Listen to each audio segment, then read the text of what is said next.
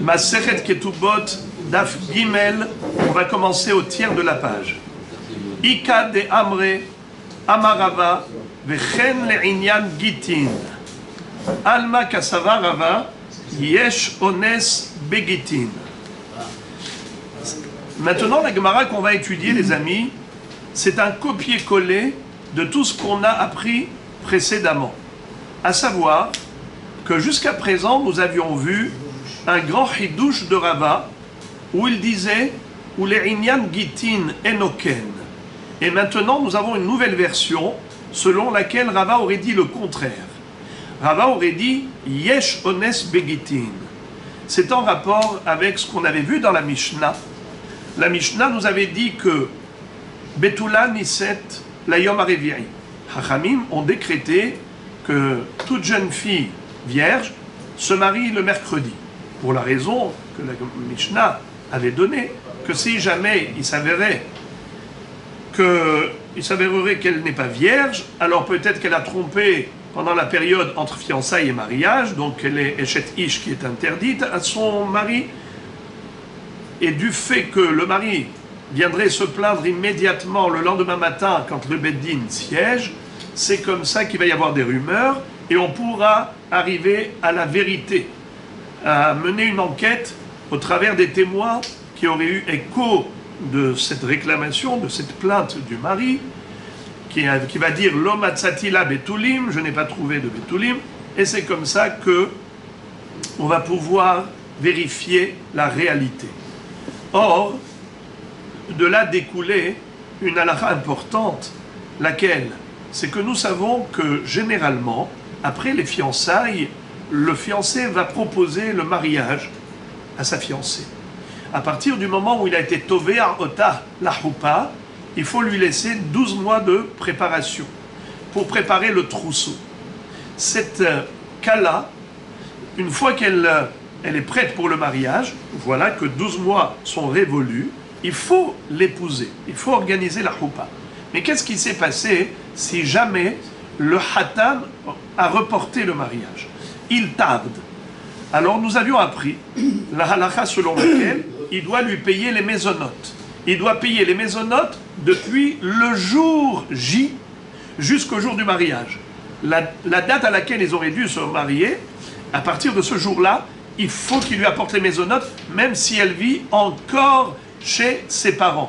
Or, nous avons ici un chidouche, lequel, c'est que c'est seulement dans la mesure où, arbitrairement, il a refusé de se marier à la date qui était fixée. Mais si ce n'est pas de sa faute, c'est béhonès. Par exemple, les Chachamim lui disent, c'est quand le jour J? C'était dimanche ou lundi? Mais attends, tu ne peux pas te marier dimanche. Tu ne peux pas te marier lundi ou mardi. Il faut attendre mercredi. Betula Niset Yom HaRevi'i. Eh bien, dans ce cas-là, est-ce qu'il faut qu'il paye les mésonotes pendant cette période intervalle? Réponse, non. Pourquoi? Parce qu'il peut prétendre. Je suis Anous. Moi, j'aurais bien voulu me marier aujourd'hui, mais les Hachamim m'en empêchent. Ce sont eux qui m'ont imposé le report jusqu'à mercredi. Eh bien, la halakha est que il sera pas tour de payer les mésonotes, car il est Anous. Et puisque ça provient d'un honnête, il ne va pas payer les pots cassés, puisque ce n'est pas de sa faute. Rava avait dit, ça c'est vrai pour les mésonotes, pour le mariage, mais ça n'est pas vrai pour les guitines. Pour le guet, comme on l'avait déjà vu, si jamais un homme a donné un guet à son épouse, en lui disant, ce guet prendra effet dans 12 mois ou dans 30 jours, si je ne suis pas revenu d'ici là, si jamais il n'est pas revenu, pas de son propre gré, tout simplement il a été retenu par un cas de force majeure, il est tombé malade par exemple, est-ce qu'il peut prétendre, moi j'aurais bien voulu revenir avant pour invalider le guet, pour l'annuler, annuler le divorce, mais malheureusement j'ai été retenu, mais honnête, est-ce que c'est un argument? Rava avait dit non. Même s'il était Anous, il ne peut pas invalider le guet. concrètement, il n'est pas revenu à la date prévue, le guet est un guet, la femme est divorcée, même si ce n'était pas de sa faute. Ça, c'était ce qu'avait dit Rava. Mais maintenant, Rava va dire le contraire. Rava va dire Yesh ones begitin. De la même façon qu'il y a un ones pour les maisonnotes, pour le mariage entre le dimanche et le mercredi, de cette même façon également, Yesh ones begitin. Il faut prendre en considération la réalité de la vie humaine. Un homme ne peut pas tout maîtriser. Il a des projets, des programmes, mais très souvent, comme on dit, Rabbot mahashavot belev ish, va'atzat Hashem itakum. Tu peux programmer tout ce que tu veux, mais c'est que HaKadosh Baruch Hu qui a déjà dessiné ton destin, et c'est ce qui va se passer. Et donc il faut prendre en considération cette réalité de Onès. On peut annuler le guet grâce à Onès. Amarava, vechen le'inyan gitin. Et la Gemara fait la déduction suivante. Alma kasava rava, yesh Onès begitin. Ça veut dire que Rava pense que le Onès a un impact même sur le guet. Pourtant, Metive, hareze giter, im lo bati mikan ve'ad 12 chodesh, ou met betor 12 chodesh, eno get. Met hu de eno get, hahala, hareze get.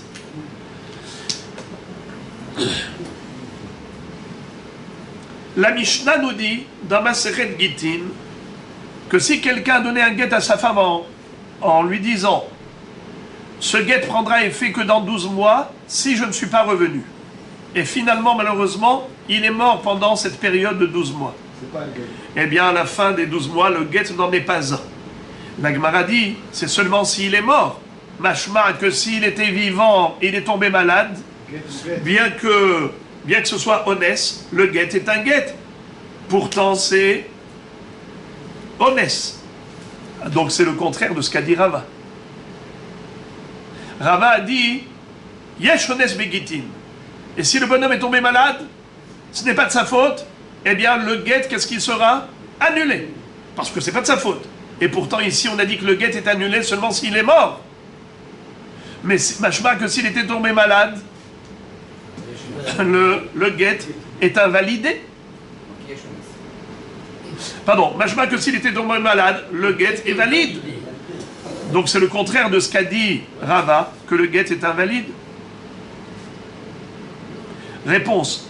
Les olam imalach, hala nami enoget. Behemet, Rava va te dire qu'il n'y a pas de différence entre mort ou malade. Dans tous les cas de figure, le guet est invalidé. Alors pourquoi la Mishnah il a été jusqu'à la mort? La Mishnah aurait pu donner un hidouche meilleur et te dire, même s'il est tombé malade, le guet est invalidé. Hi gufa kamash ma'alan. En fait, ce que la Mishnah a voulu nous enseigner, hi gufa kamash ma'alan de en get le harmita. C'est nous enseigner un yesod. Quel yesod? Que le guet ne peut pas prendre effet après la mort d'un homme. Un homme vivant peut divorcer. Un homme mort n'est plus là pour divorcer. La Gemara dit en get la harmita hatana le resha.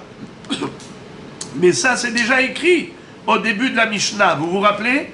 Je vous relis la resha. Harezegiter in mati, harezegiter mecholize, harezegiter le harmita. Le hamarklou. Dans la resha de cette Mishnah, dans ma sechet Gitin, il est écrit clairement, ce chidouche, que si quelqu'un donne un guet à son épouse et lui dit voilà, ce sera un guet après ma mort, il prendra effet après ma mort, eh bien, le hamarklou. Pourquoi? Parce que en guet, la harmita, un mort ne peut pas divorcer, il est déjà mort. La Gemara dit, c'est ça ta preuve? Dilma le apouké miderabotenu. Peut-être que la kavana de la Mishnah, c'est d'exclure l'opinion de Rabotenu. On avait déjà vu ça dans le daf précédent, que Rabotenu, c'est-à-dire Rabbi Yehuda et Sia, dans la Braïta, il avait contredit la Mishnah. La Mishnah nous dit que en get le harmita, mais Rabotenu disent que ça dépend. Si dans le get, il y a une date inscrite, la date du jour de la rédaction du get, le jour du don du get, eh bien à partir du moment où il y a une date, ça veut dire que on voudrait que ça prenne effet depuis la date. Mais pourtant, il lui a dit dans 12 mois, il lui a dit dans 30 jours, il lui dit comme ça. si je ne suis pas revenu d'ici 30 jours ou d'ici 12 mois, alors ça prendra effet depuis quand? Depuis maintenant. Donc même s'il est mort en attendant, étant donné que c'est rétroactif, eh bien le guet est valide, même s'il est mort au milieu des 12 mois. C'est ce que pense Rabotenu. Eh bien la Mishnah, elle est venue exclure l'opinion de Rabotenu. Donc, peut-être que le Hiddouche n'est pas un get le harmita. Le Hiddouche, c'est sûr que c'est pas ça le Hiddouche d'un get le harmita, ça on l'a déjà dit avant. Mais le nouveau Hiddouche, c'est de te dire, les Apoukem et de Rabotenu, même s'il a inscrit la date, étant donné qu'il n'a pas dit Me'arshav, eh bien le get ne prendra pas effet rétroactivement. C'est ça ce que la Mishnah voulait dire. Contrairement à Rabotenu, qui disent que le get prend effet rétroactivement. La Gemara va poser encore une kushia. Tashma. Me'arshav, im lo bati mikan ve'ad 12 chodesh. Umet betoch 12 chodesh hare ze get. La Mishnah nous dit clairement que si jamais un homme donne un get à son épouse en lui disant « Écoute, je te donne le get afin qu'il prenne effet depuis maintenant si je ne suis pas revenu d'ici 1 an, d'ici 12 mois. » Mais attention, si à la fin de 12 mois je ne suis pas revenu, le divorce il sera rétroactif, depuis Me'arshav. Il lui a dit clairement le mot Me'arshav. Hein? Qu'est-ce que ça veut dire?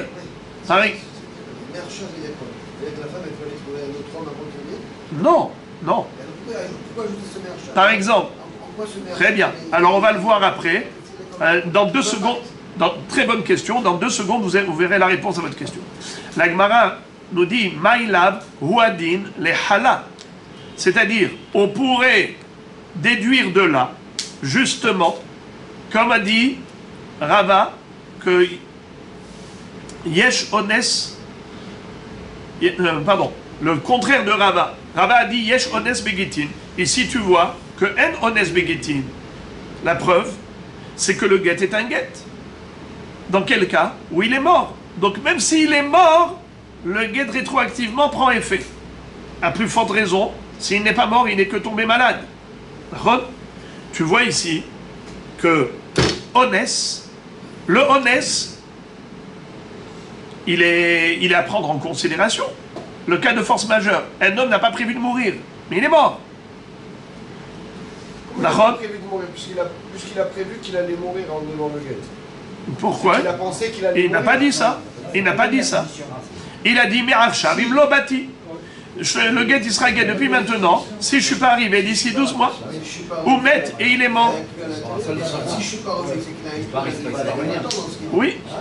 Si je suis pas revenu, c'est qu'il a une possibilité qu'il a. La Gemara veut dire, a priori, met c'est un cas de force majeure. Hala, une maladie, c'est un cas de force majeure. Alors la Gemara dit, met ou hala, ou prison, n'importe quoi, c'est un cas de force majeure. Et tu vois que malgré tout, le guet en est un. Ce qui veut dire qu'un honest n'invalide pas le guet. Alors comment Rava tu as dit que yesh honest begitin et que le honest il invalide le guet? Comment tu peux dire une chose pareille? La Gemara dit lo met davka de lo nihale de tipol kameyabam. En fait, la Gemara dit, tu veux savoir qu'est-ce qui se cachait derrière la tête de cet homme? Pourquoi il lui a donné un guet en lui disant, ce guet sera actif depuis maintenant si je ne suis pas revenu d'ici 12 mois? Pourquoi il dit Me'arshav? Pourquoi? C'est quoi ce Me'arshav?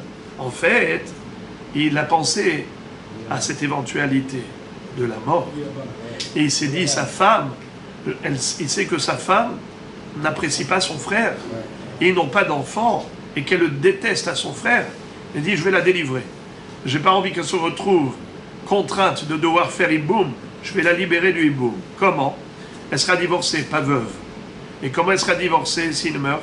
Eh bien, il lui donne un guet qui agira rétroactivement. Et il lui dit, si dans 12 mois je ne suis pas revenu, eh bien, Me'arshav, tu es Megourechet. Alors, étant donné qu'on le sait que c'est sa volonté, là, tu ne peux pas dire, la mort, c'est un honnête, et tu vois que... Pas du tout. La mort, c'est spécial, parce que la mort, c'est elle qui la présente au hiboum. C'est quand il meurt et qu'elle est veuve, c'est là qu'elle a hiboum. Et donc là, il a voulu la libérer du hiboum. Alors dans ce cas-là, je dis, ah, le pauvre, il n'a pas pensé, c'est honnête. Non, c'est Dafka pour ça qu'il lui a dit Me'acham. Mais si c'était honnête d'une autre nature, comme par exemple malade ou en prison ou autre, dans ce cas-là, le honnête, oui, agirait pour l'annulation du guet.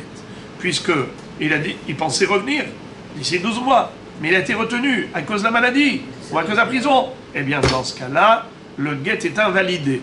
Yesh ones begitin. Traduction, les amis, de Yesh ones begitin, le ones est à prendre en considération pour annuler le guet.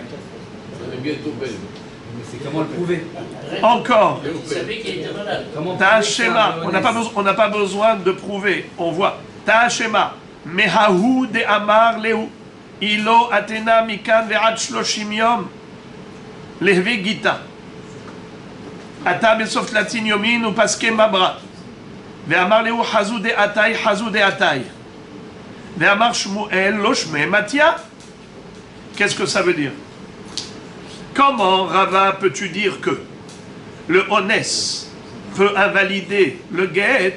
Pourtant, il était une fois un homme qui avait donné un guet à son épouse et lui a dit, écoute, si d'ici 30 jours je ne suis pas revenu,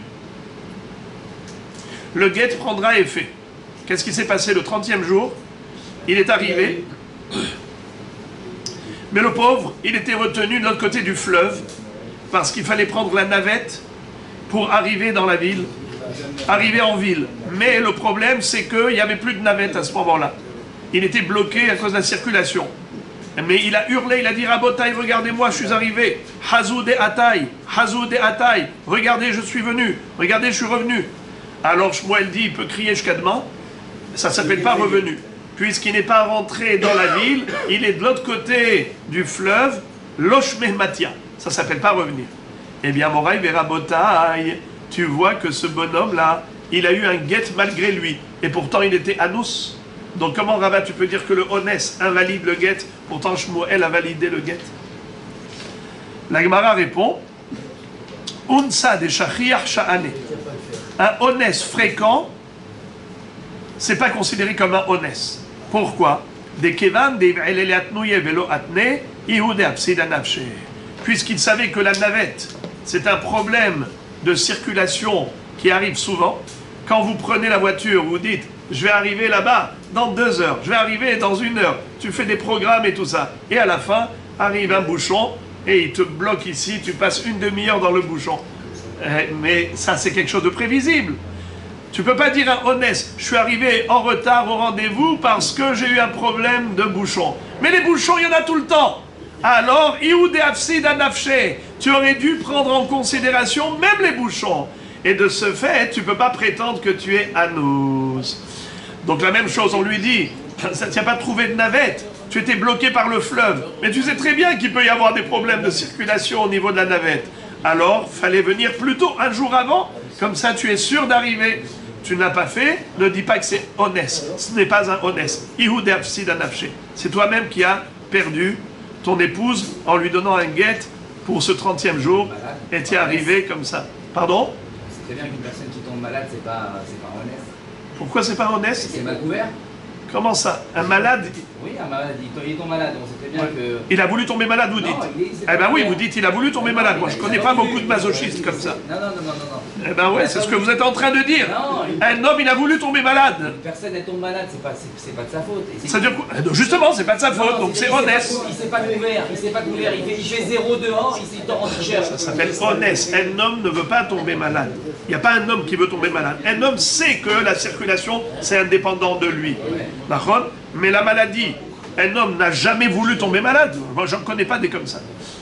Amar Rav Shmuel bar Yitzchak, lo shanu ela mitakanat Ezra ilach. Alors là, maintenant, on passe à un nouveau sujet. On revient au din de la Mishnah. Qu'est-ce que la Mishnah nous a enseigné? Betula Niset, la Yom HaRevi'i. Quel est le jour de semaine choisi par les Hachamim? Le mercredi, Yom Revi'i. Pourquoi? Qui veut me rappeler? Parce que si jamais il trouve qu'elle n'est pas vierge, Le lendemain matin, c'est le Beddin qui siège depuis Takanat Ezra. Donc lundi, jeudi, il viendra se plaindre et c'est comme ça qu'on va découvrir le poteau rose. Et s'il faut divorcer, il divorcera parce que il n'a pas le droit de vivre avec une femme qu'il a trompée entre fiançailles et mariage. Voilà la raison pour laquelle la Mishnah nous a dit Betula Niset la Yom Hareviri. Amarav Shmuel bar Yitzchak Lo shanu ela mitakanat Ezra va'ilach she'en bate dinim kvu'im ela basheni ubahamishi aval kodem takanat Ezra shebate dinim kvu'im bechol yom isha niset bechol yom. Qu'est-ce que nous dit la Gemara ici? Quand est-ce que on est restreint à la date du mercredi? On ne peut se marier, une Betula, une vierge ne peut se marier que le mercredi. C'est seulement depuis la Takana de Ezra qui a instauré l'installation et l'instauration du Beddin lundi et jeudi, jour de Sefer Torah, jour de rassemblement des gens dans les métropoles pour venir écouter la Torah. Alors c'était l'occasion de voir beaucoup de monde et ceux qui avaient des conflits, des litiges, allaient au tribunal.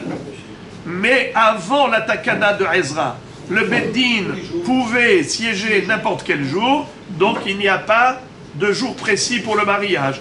Une jeune fille peut se marier n'importe quand pendant la semaine. Isha Niset Bechol Yom. La Gemara demande Kodem Takanat Ezra, Maïde Hava Hava. Quel est l'intérêt de nous dire comment ça s'est passé avant la Takana de Ezra? Ce qui s'est passé, déjà passé. Comment ils disent les Tunisiens? Comment vous dites? Faites mettre. Dis faites mettre. Hein? Oui, faites mettre. C'est-à-dire ce qui est passé est mort. Qu'est-ce que tu es en train de me parler du passé?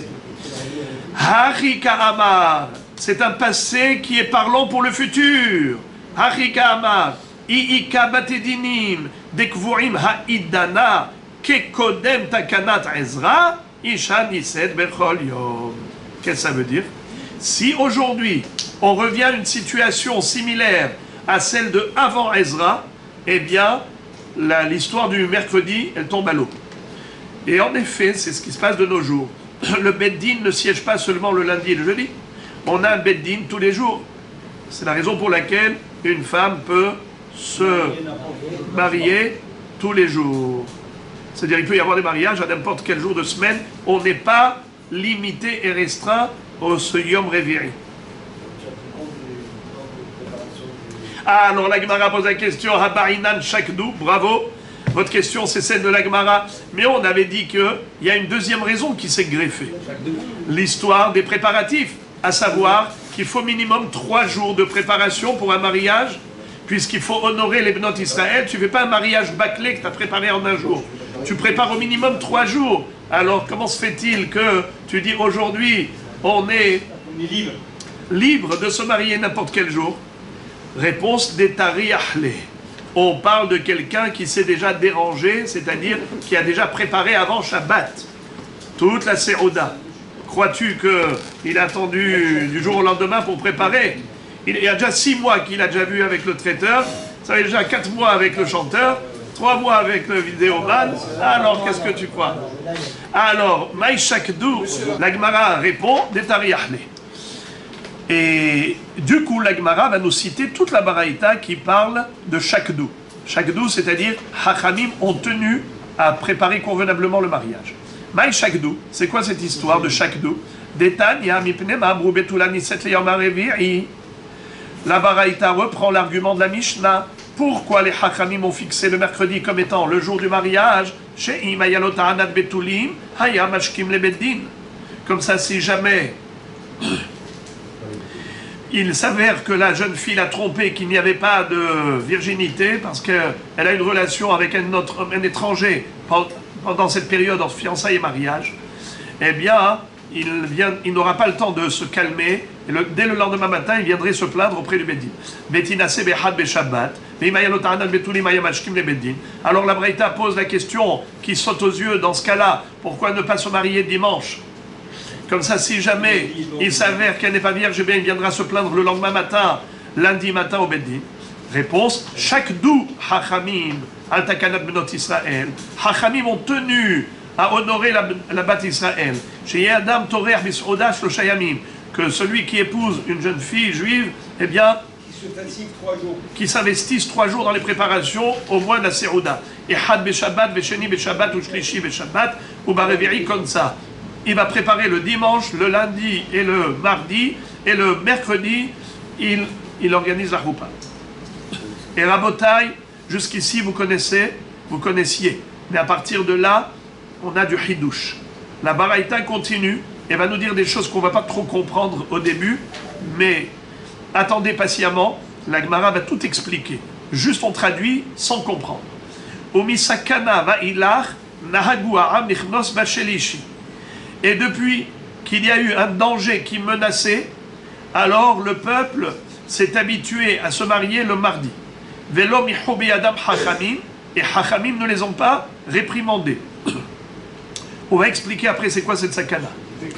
Ou basheni lo ichnos, et le lundi, il ne faut pas qu'il se marie le lundi. Ve'im hamata ones mutar, mais si c'est par rapport à un cas de force majeure, c'est permis. Je traduis, mais je n'explique pas. Oma frishin et ahatan minakalla lel shabbat ehila, mipene shuronse habura. Fin de citation d'Abraïta. Que si jamais il se marie vendredi, eh bien, on ne peut pas laisser le hatan et la kalla avoir une relation pour une première fois le vendredi soir, parce que c'est Shabbat, et donc elle va saigner lors de la première relation, puisque l'hymen est encore entier. C'est ce qui va faire qu'elle va saigner pendant Shabbat, et c'est assourd de faire saigner pendant Shabbat. Habura, ça veut dire une blessure. Et donc voilà comment la Baraïta a conclu avec ce sujet. Maintenant la Gemara demande, Maïsakana, tu m'as parlé d'une histoire de danger. De quel danger s'agit-il? Est-ce qu'il y a eu une période durant laquelle les goïms ont menacé les filles juives en disant toute jeune fille qui se marie le mercredi, on la tue? Si c'est vrai, Nahagu, les Gamré Neakere. Pourquoi c'est écrit juste Nahagu? C'est pas juste Nahagu. Les Gamré Neakere, Hachamim eux-mêmes. C'est pas le peuple qui aurait dû prendre le devenir en main. C'est les Hachamim qui auraient dû dire cher Kalot, cher Hatanim, arrêtez de vous marier le mercredi pour pas mettre en danger la vie de la Kala. Et alors c'est pas juste Nahagu, Velo Amrulem Hachamim Klum. Ils ont pris une coutume de se marier le mardi, les Hachamim ne les ont pas réprimandés. Quoi, les Hachamim ne les ont pas réprimandés? C'est les Hachamim qui auraient dû déraciner cette coutume du mercredi et installer cela plutôt le mardi, c'est-à-dire que les mariages aient lieu mardi au lieu de mercredi, s'il s'agit d'un danger de mort. Pikuach nefesh. Alors la Gemara dit non, pas du tout. Il n'y avait pas un problème de pikuach nefesh. Amar Abba, De'amre betula haniset bayom harivi'i tiba'el la'egmon tehila. En fait, il y a eu, comme à l'époque de Hanouka, une gezéra terrible. Une gezéra terrible. Laquelle gezéra? C'est qu'ils ont dit que toute jeune fille qui doit rentrer à la choupa, elle doit d'abord rencontrer le gouverneur Goy, avoir une relation avec lui le jour de son mariage à elle. C'est-à-dire, mamash, une gzéra de profaner et de rendre impurs les Bnot Israël que le jour de leur mariage, avant d'aller voir leur mari, d'abord avec le gouverneur Goy. Ça, c'était une gzéra terrible. La Gemara dit, Hay sakana onesu. Je comprends pas pourquoi tu appelles ça sakana. C'est pas une sakana nefashot. Ça, c'est un ones que les goïms, ils ont été onsim, les juifs. Mais pourquoi tu appelles ça sakana? Sakana, c'est une sakana physique. Or, ici, il n'y a pas de sakana physique. Il y a une sakana spirituelle, donc c'est juste un ones. Réponse, Mishum de ikatsnuot, de masran nafshayhu liktala, ve atian nide sakana.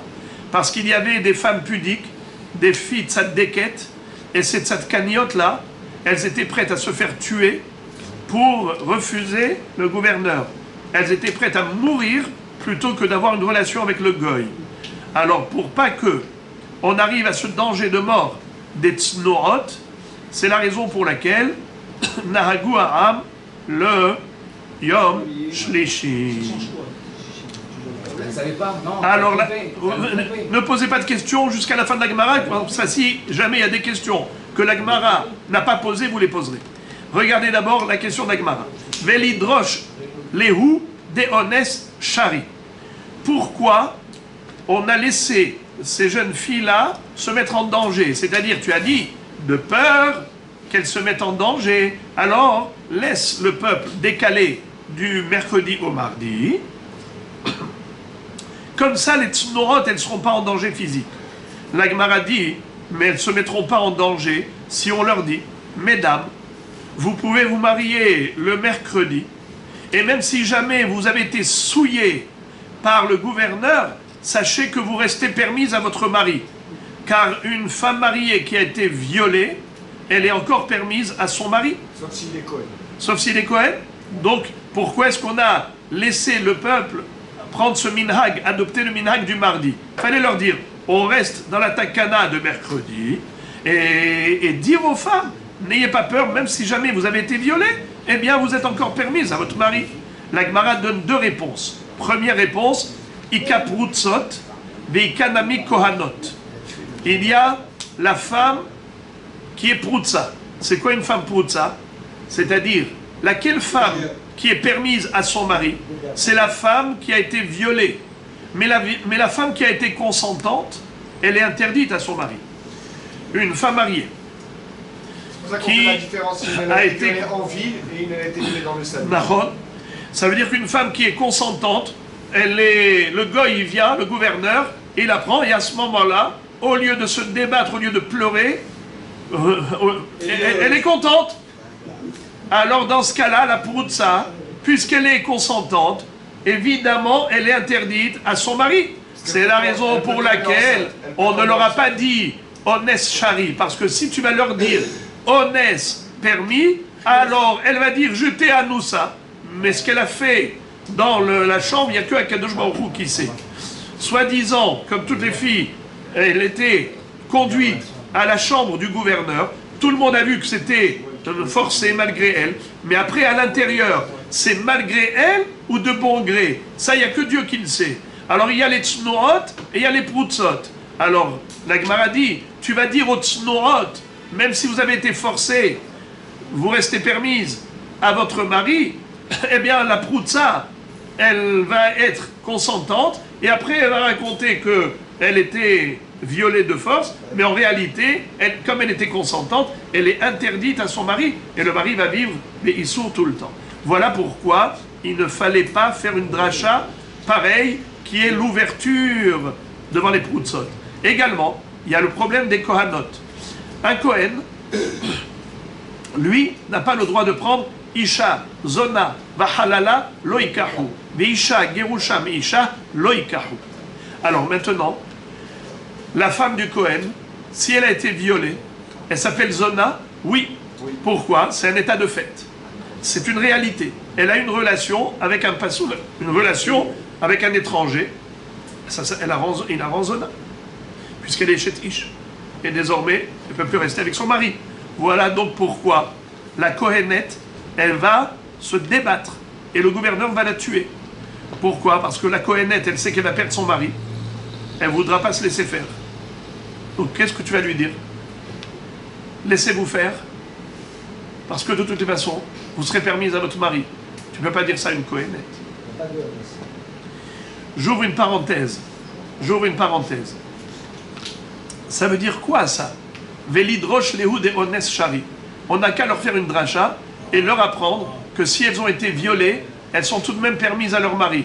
Mais on a une halakha qui dit Shalosh averot yehareg ve'al ya'avor. C'est-à-dire, on a sur les 613 mitzvot, il y en a 3 pour lesquels il faut sacrifier sa vie. Dans les harayot. Dans les harayot. Avodazara, giloi harayot, shfichut damim. C'est Daka. Alors comment ça se fait? Comment ça se fait que là tu dis, allez vas-y, ouvre-leur la porte. Dis-leur que c'est permis. Quoi permis? Gilui harayot, même il faut sacrifier sa vie.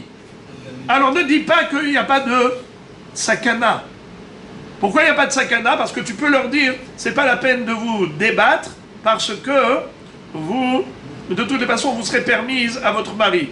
Mais comment ça? Mais bien sûr qu'il faut vous débattre. Gilui harayot. Alors les amis, comment ça se fait que la Gemara ait posé une telle question? C'est la question de Tosfot. Tosfot répond 2 réponses. Il y a Rivam et Rabbeinu Tam. Je vais prendre la réponse de Rivam, qui est, j'allais dire, la plus digeste. Parce que Rivam réfute la réponse de Rabbeinu Tam. Je commence dans l'ordre.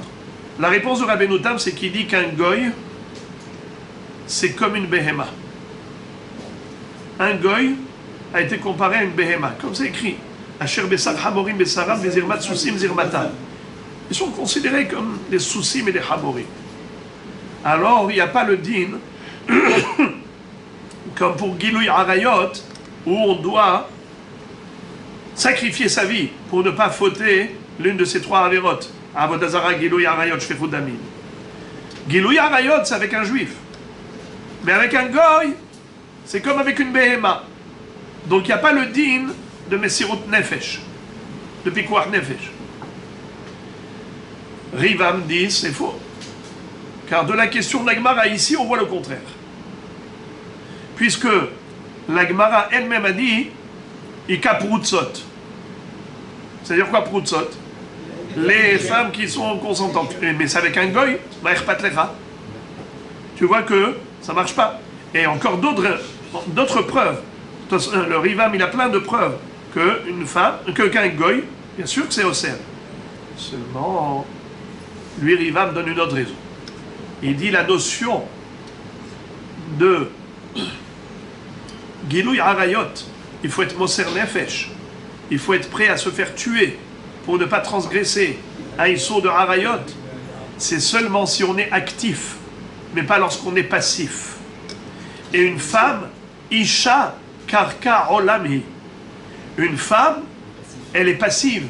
Ça veut dire que l'homme, il fait ce qu'il veut au moment de l'acte, de ce fait, comme elle est, comme Karka Olam. C'est quoi Karka Olam? Comme la terre. Quand tu sèmes une graine dans la terre, est-ce que la terre est active? Non, elle est passive. Elle donnera ensuite naissance à toute une agriculture. Nahon. Mais elle, la terre, elle était là, elle a subi les graines que tu lui as lancées. Cette pauvre femme, elle était Karka Olam, comme la terre. Et c'est l'homme qui a fait ce qu'il voulait. Eh bien, c'est la raison pour laquelle il n'y a pas le din de l'imsor nefesh al kiddush Hashem. Ce din de pikuach nefesh, qui est matière pour toute la Torah, sauf ces trois averot, avodazara, gilouy arayot, shfechut damim, c'est seulement si l'homme est actif dans la avodazara. Il est actif dans le meurtre. Il est actif dans gilouy arayot. Comme par exemple un homme. Si on dit à un homme, écoute, combien tu vas avec cette femme interdite ou je te tue? Il doit se laisser tuer. Parce que pour ne pas se laisser tuer, il doit faire une action. Une action de Gilouy Arayot, une action d'Avodazara, une action de Shfechut Damim. Il n'a pas le droit de faire cette action pour sauver sa vie. Mais la femme ne fait pas d'action.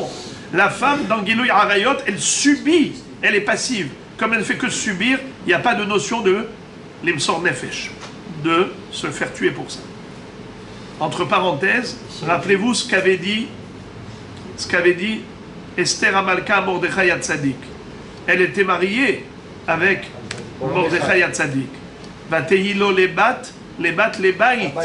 Seulement, quand Ahashverosh l'a prise, c'était béonès. C'était béonès. Mais à un moment donné, Mordechai lui dit, va le voir pour solliciter le roi pour sauver Israël. Qu'est-ce qu'elle lui a dit? Ka'asher avadti. Mi abba be'imma. Maintenant, avadti mimcha. Parce que jusqu'à présent, j'avais au moins mon mari, Mordechai, comme disent Chachamim, qu'elle allait au mikvé, elle allait se nettoyer, se purifier de Ahashverosh, et elle retournait chez Mordechai. Yotzet miheko chez Ahashverosh, tovelet ve shochevet miheko chez Mordechai. Il a dit jusqu'à présent c'était possible, maintenant ce ne sera plus possible, puisque tu m'envoies pour que je sois active, que ce soit moi qui aille le voir. Donc là... Dans l'action, dans la relation, elle reste passive, même si oui, mais c'est elle qui a provoqué. Oui, mais elle reste passive quand même. Mais non, c'est elle. Mais non, sachant qu'elle ne pourra le séduire qu'en faisant un acte. Bon, alors maintenant les amis, la Gemara pose la question, elle dit, Vele akere. La Gemara pose la question, elle dit, pourquoi est-ce que les Chachamim n'ont pas tout simplement déplacé de mercredi à mardi? Réponse, Gezera avida debatla, metakanta de rabanan, mikame gezera lo akrinan. Qu'est-ce que ça veut dire? La Gezera des Goïm, c'est quelque chose que tôt ou tard va être annulée. Vehi she'amda la'avotenu velanu. Même à l'époque de Hanouka, pendant 52 ans, on a souffert des Yevanim. Et à ce moment-là, ils avaient dit, ils avaient aussi décrété que toutes les filles d'Israël soient violées par le Egmon. Mais la Xéra des Goïm, Avida des Batla, tôt ou tard, elle sera annulée. Tandis que la Takanta de Rabbanan, mais la Takana de Hachamim, elle ne sera pas annulée. On ne va pas annuler la Takanta de Hachamim, l'institution rabbinique, devant une Xéra des Goïm. Car la Xéra des Goïm disparaîtra, mais la Takana de Hachamim restera en vigueur. Alors la Gemara pose la question, j'ai pas compris. Techniquement, c'est quoi l'histoire? C'est que le gouverneur, il venait pour violer la Kala, mais il peut venir aussi le mardi. Qu'est-ce que tu as gagné de décaler du mercredi au mardi? Eh bien, si on a un jour fixe qui sera désormais le mardi, eh bien, il viendra le mardi. La Gemara répond, Misfeka lo akar nafshe. Il ne va pas se déplacer le gouverneur s'il n'est pas sûr de son coup. C'est-à-dire, le Révi'i, le Yom Révi'i, c'était une institution rabbinique, donc c'était vulgarisé, tout le monde le connaissait. Tout le monde connaissait ce jour-là, comme étant le jour des mariages juifs. On entendait des klaxons de partout. Alors, donc il le sait, le gouverneur, que c'est le jour J. Par contre, le mardi, c'est Nahagou Ha'am, le peuple de lui-même a adopté. Mais ce n'était pas une institution rabbinique. Donc lui, il se dit, je ne sais pas qu'est-ce qui se passe ce jour-là. Peut-être oui, peut-être non. Il ne va pas se déplacer de loin spécialement pour un safek. Il va peut-être venir et il n'y a aucune kala. Uba sheni lo ichnos. Le lundi, il ne faut pas se marier. Ve'i mehamata ones mutar. Mai ones. Si c'est à cause d'un cas de force majeure, il est permis de se marier lundi. La Gemara dit, Mai ones, elimahade amran. Si on va dire que c'est la sakana, hatam karele sakana ve'achaka karele ones, ce n'est pas possible qu'on parle de la sakana précédente, c'est-à-dire que le gouverneur allait violer la kala, et on a des tsnourot qui risquent de se faire tuer parce qu'elles ne voudront pas, elles vont se débattre, et ainsi de suite. Alors à cause de ça, on a laissé le peuple décalé. Et qu'est-ce qu'on te dit? Décalé au mardi, ok, mais pas le lundi. À cause du honès. La Gemara dit, mais de quel honès il s'agit? Si tu vas me dire de ce honès-là, mais au début on l'appelait sakana, danger physique. Maintenant tu l'appelles honès, cas de force majeure, première réfutation. Vetu, hatam, nahagu, hachamuta. Au début on a dit, le peuple a adopté la coutume de décaler le jour du mariage au lieu de mercredi, mardi. Mais après tu me dis, Ve'mehamata ones, velo basheni, pas le lundi, Ve'mehamata ones, mutar. Il y a une différence entre mutar et nahagu ha'am. Nahagu ha'am, le peuple a une coutume, ça veut dire que les hachamim ont fermé les yeux, mais ils n'ont pas déclaré permis. Alors que pour le lundi, c'est écrit mutar, donc on ne parle pas de la même chose. Puisque pour la sakana, on a dit le mardi, nahagu ha'am. Pour le honès, pour le lundi, on a dit faut pas, mais pour le honès, permis. Alors de quel honès il s'agit? Tu ne peux pas me dire que ce honès, c'est la sakana dont on a parlé précédemment. Car si c'était la sakana, premièrement, tu ne l'appelles pas honès, tu l'appelles sakana. Deuxièmement, dans la sakana, on avait dit nahagu ha'am. Et maintenant, pour le honès, tu dis mutar. C'est plus du tout les mêmes paramètres. Alors, il y a un problème là. C'est quoi cette histoire de honès? Alors, on va lire juste le début. Amarava de Amre Sartsava Bala'ir. On a dit que le gouverneur, plutôt le chef d'état-major, pas le gouverneur, le chef d'état-major est arrivé en ville avec ses soldats. Vous savez qu'est-ce qu'il faisait? Dès que les soldats des Goïm venaient, il raflait tout ce qu'il y avait dans les salles de mariage. Ils savaient qu'il y avait plein de mariages chez les Juifs, donc ils ont des séroudotes à profusion, et eux ils ont faim, les hayalim. Qu'est-ce qu'ils faisaient? Ils venaient, ils pillaient et ils spoliaient toutes ces séroudotes de mariage. Alors à cause de cela, ils ont dit le lundi, on peut se marier le lundi. La Gemara dit, Hechidame, Ideate Halif, les Akev, j'ai pas compris, pourquoi tu avances au lundi? Si tu sais que le Sartsava, le chef d'état-major, il va juste être de passage pour 2-3 jours, pourquoi est-ce que tu as autorisé de décaler le mariage et l'avancer au lundi? Autant rester sur le mercredi, d'accord? Tu attends qu'il parte. La Gemara dit, la tzricha de ate bekava. Non, non, il est venu, il s'est installé ici pour une bonne période. Alors la Gemara dit, bashelishi miha lichnos, il va être couvert et atzmo le mercredi, eh bien mariez-vous le mardi. Pourquoi le lundi? Ispar va dide bashelishi ka'atu. On ne peut pas se marier le mardi. Car c'est vrai que le chef d'état-major, il arrive mercredi, mais ces hommes, tous les sujets qui préparent l'arrivée du chef d'état-major, ils viennent déjà mardi. Donc s'ils vont trouver des salles de mariage pleines de victuailles de provisions alimentaires, ils vont rafler tout ça pour les hayalim qui doivent arriver le lendemain. C'est la raison pour laquelle on a dit moutard d'avancer depuis le lundi. Alors, après ça, on verra Be'ezrat Hashem un autre pirouche que veut dire honnête.